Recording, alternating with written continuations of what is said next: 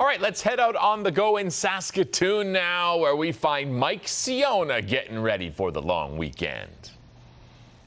Yeah, no doubt about it, Jeremy. And should I stay or should I go? You might be asking yourself that this long weekend. If you stay, Early's Farm and Garden Center is the place to be. And if you're going and you have a pet, Early's Farm and Garden Center is the place to be, because you guys have amazing pet stuff, especially for travel. We're talking with Logan Smith. Logan, talk us through some of the stuff that you've got for pets that are perfect for the road. Absolutely. We have everything you need for going up to the lake, going camping, or just staying yourself in the backyard at home. We have travel gear like life jackets. We have tick stuff to keep the ticks away on your dogs.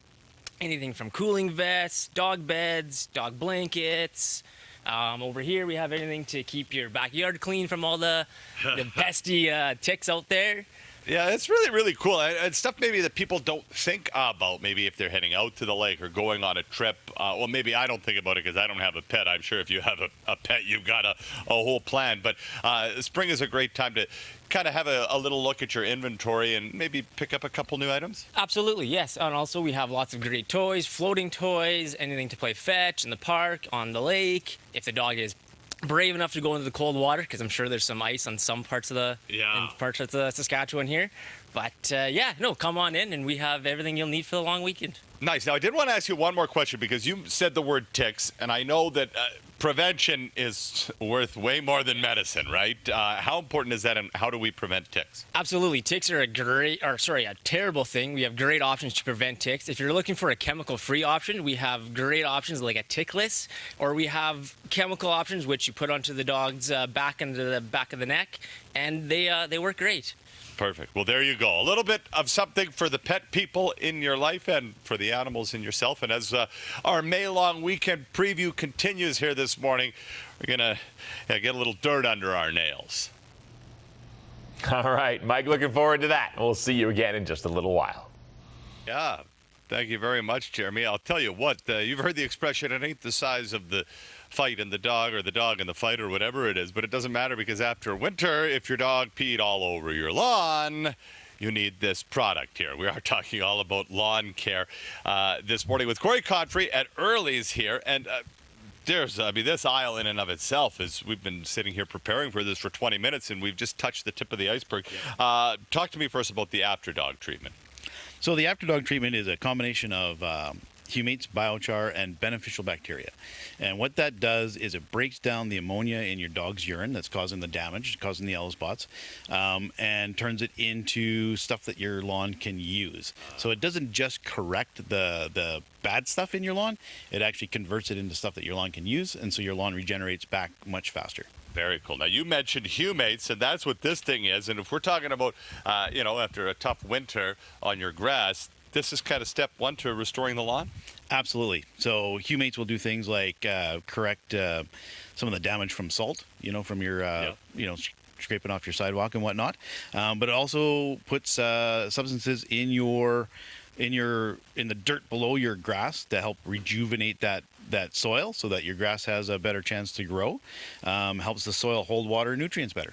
Perfect. And then from there, we've got seed, or if you're doing clover, I know that's been quite popular. And then obviously fertilizer. And if you're using this stuff, then you're using less of that stuff? That's right. So humates make the fertilizer work a little better. So when you do fertilize, you fertilize at a lighter rate. So you save on a little bit of fertilizer.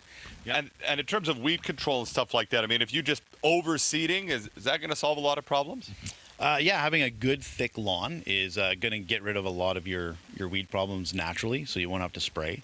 And using clover grass mix helps choke out a lot of weeds as well. Okay. Well, there you go. That's all the time we have for this segment, but come on down to Early's if you have any questions about lawn care, because Corey and the whole crew here, very, very knowledgeable. And what I found out is you can mix some of this stuff together so you don't have to do a whole bunch of passes, but Corey also said, Jeremy, if you're doing more passes, you get a better tan. So I'm kind of torn. Excellent advice. Maybe not for this weekend as far as the tan is concerned, but for the lawn care for sure. Mike, thank you very much. We'll see you again in just a little while. It's May-long weekend, and so that begs the question, to plant or not to plant? And here at Early's, I'm with Corey Godfrey. Corey, what's the answer to that question? Well, the simplest answer is check the soil temperature, right?